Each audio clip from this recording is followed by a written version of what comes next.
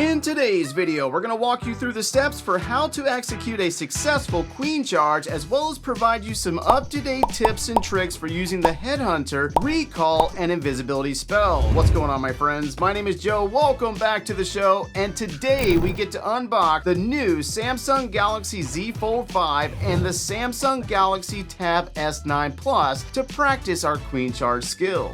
Which leads us into Galaxy Battle Superverse, where the entire Supercell community will be coming together for a first-of-its-kind cross-game event where creators and players will compete in Brawl Stars, Clash of Clans, and Clash Royale to find out who the best gamer is in the Superverse. There will be community qualifiers for each of the 3 games where you can join and have a chance to compete with me, plus earn a piece of the $100,000 prize pool. So be sure to sign up for the qualifiers and check out the details on the Samsung Galaxy Z Fold 5 and the Samsung Galaxy Tab S9 Plus. All of that will be linked down in the description below.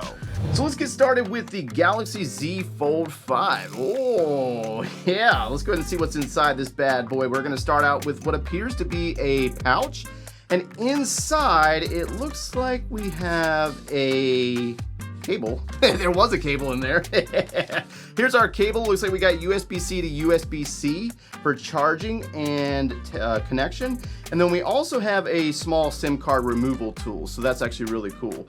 Now, we also have the quick start guide. We'll set that aside. And let's go ahead and get into our device itself. Oh my gosh. It's got this nice little protective cover. Let me see if I can get this thing out of here. There we go. There's a tab. There's a tab right there. It normally helps. So we have this nice, beautiful protective covering that we're going to need to pull off. And once it's off, it is off. This device will be out of its box. Check this out. Oh my goodness. That is so pretty.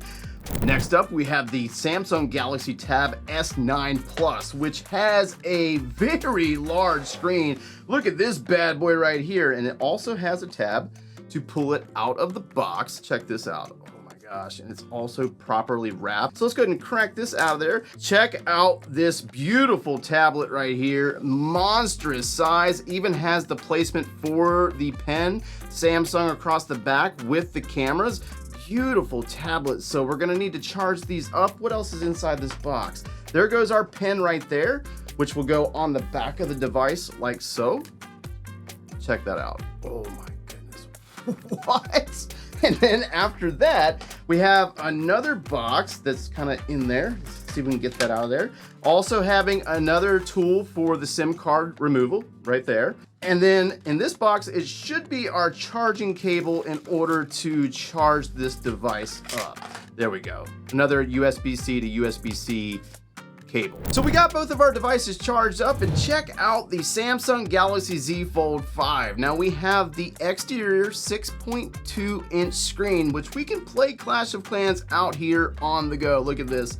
Oh my gosh, that is super cool. And then you can do this in incognito. Nobody would ever notice other than the fact the phone is on its side. But we can open up the device and play on a 7.6-inch screen and look at Clash of Clans in its full screen size. Now, let's say that you need a little bit more detail in your war attacks while you're on the go. Well, look at this, man. Look at Clash. It looks absolutely amazing on this device. But there's also the option that you can increase your productivity. So let's say we back out of Clash of Clans, and let's say that we want to watch a YouTube video, i.e. an upgrade priority guide. Well, I have YouTube open up on one side of the device, and on the other side of the screen we have a notepad. So let's say that I want to take some notes of the upgrade priority listing and kind of, you know, some things to remember later on. Well, you can do that on the Galaxy Z Fold 5. And then, of course, if you want to play Clash in greater detail on a much larger screen, we have the Samsung Tab S9 Plus at a 12.4-inch screen. Look at Clash of Clans on this device.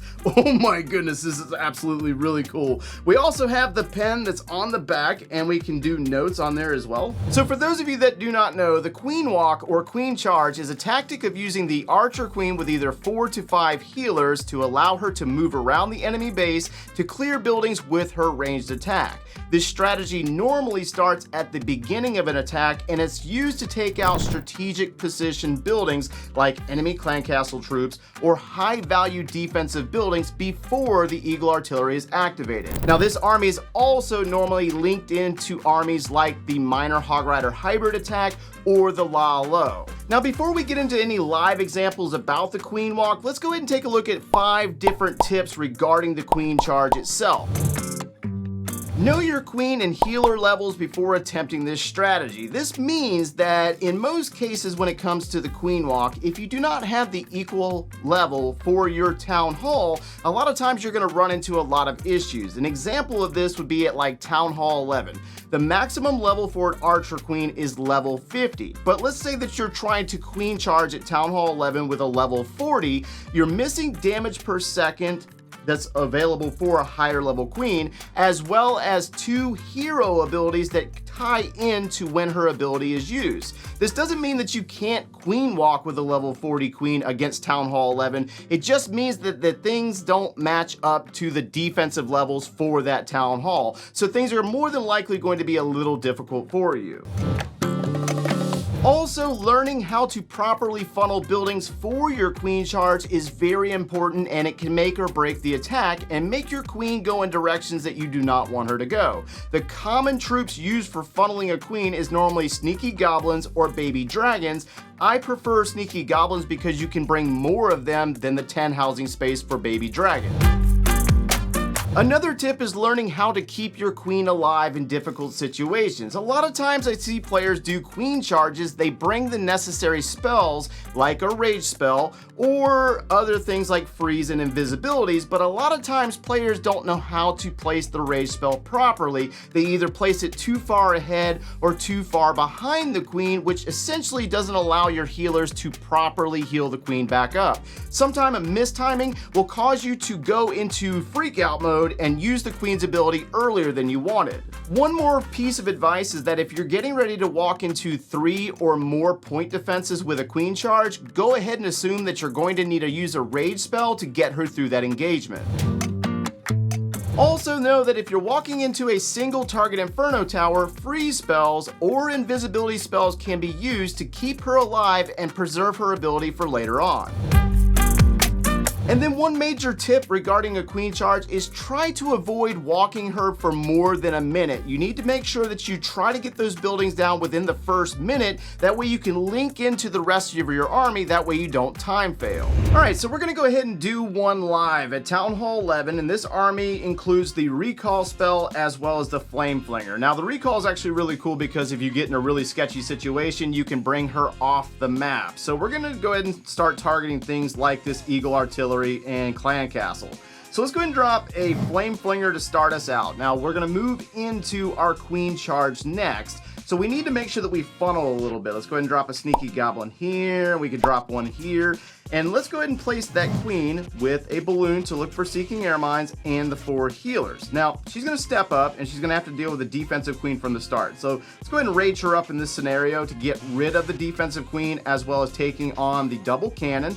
And then she should start moving towards the right after the altar. Now, I don't want her walking into that single target, so we're going to make sure that we keep her walking towards the right to hug that wall. Let's go ahead and drop a super wall breaker here as well as a sneaky goblin to clear this building out right there. Now, it looks like she's taking damage from the Expo and she's going to walk into a cannon. She's also taking fire from the Grand Warden. So let's use another ability, or another rage here, another ability, the rage, and this should walk her directly into that Expo. Let's go ahead and drop a super wall breaker to open up this compartment, and this should get her directly in the core and pull some Clan Castle troops, which is not good. Now let's go ahead and freeze this section because the single was locked onto the queen. She's going to take on the bowlers, and she's going to take on the Yeti next. So let's go ahead and freeze that single again. And then we can go ahead and start dropping our Barbarian King since we've been walking for so long. Let's drop a Wizard there. And now we can go ahead and use that Queen's ability to get her in to take down the single and deal with the Eagle Artillery. Let's go ahead and get into our Miners. And we took way too long because I'm talking through this event. So, yes. All right, let's go ahead and bring that queen back. She took out the eagle, that's what we want. Now let's place her on the opposite side to help push these miners and hogs back inside the base. dropping a heal. So you'll see how the queen was able to eliminate a lot of buildings for the miners and hogs to work deeper into the base. Let's go ahead and use the warden's ability. And then we're gonna go ahead and push deeper. Let's go ahead and drop another heal spell here. So the queen walk portion itself is basically over, and now it's left up to the miners and hogs and the king. But everything is looking really nice. We can go ahead and drop our final super wall breaker as well as our archers. But you got to see how the recall was used to bring the queen back outside of the base and help her funnel miners where you want them to go. The only issue here in my attack is that I took a little while on the walk, and this is something that you gain by experience and practice by doing it out in multiplayer battles. So I must admit that this Samsung Galaxy Z Fold 5 feels really good in your hands. It's actually really cool because it's like a little tablet. So we're gonna start by queen walking on this one with a different army. It's a Town Hall 12 attack, including the Headhunters and the Invisibility spells. So let's go ahead and drop a Flame Flinger to take out this single target Inferno Tower. Now there is a defensive queen there that we have to worry about. So let me show you the use of the Headhunters. So let's go ahead and drop Sneaky Goblin there, Sneaky Goblin there, and let's go ahead and drop an Archer Queen with the balloon and the healers. And now we're gonna wait for this queen to walk up into range of the defensive queen, and we're gonna use a Headhunter to help her through this engagement. Now you gotta time it properly with the use of the Headhunters because sometimes they will get ahead of your queen. So it normally helps to drop them a little bit after the engagement starts. That way they're slowing the defensive queen down and giving your queen an opportunity to take it out without having to use a rage. All right, so the queen's going up into, looks like a mortar. The flame flinger's locked on to the air defense. We're looking pretty good. Let's go ahead and drop king over here. And then we're gonna wait for this queen to go around. So let's go ahead and drop super wall breaker. And let's go ahead and drop another balloon here since the defenses are distracted. And this should push the queen up into the Eagle Artillery like we want. Perfect. All right, so Flame Flinger's taking a ton of damage. We're gonna lose our Hog Riders, but it's not that big of a deal. Let's go ahead and drop a minion there. And we can start working our miners and hogs into the base right here. So let's go miners and hogs. Queen's locked on to the Eagle. Perfect, looking good there. And let's drop our Grand Warden, use the King's ability, and they're gonna go ahead and venture off. So we can use our invisibility spells to hide these buildings for the miners to go inside the base. And we're gonna drop a heal spell here and freeze the town hall. All right, now we can use our Warden's ability, and look at the queen still going. Queen's locked onto the clan castle. This is looking really nice. We could speed her up. You don't necessarily always have to use the raise spells to save her, but you can also speed her up throughout the attack. Let's drop another heal for our miners and hogs and freeze these two expos, dropping the final Headhunters since we didn't need it, as well as the sneaky goblins, and the miners are gonna clear the rest of this base. We got a bunch of swag left over. We didn't even need this, but the point is that if you are patient with your queen charge and you master it, you can take down bases with so much swag and not even having to use our ability. But I highly recommend that you practice with this strategy a lot before you go into clan war with it.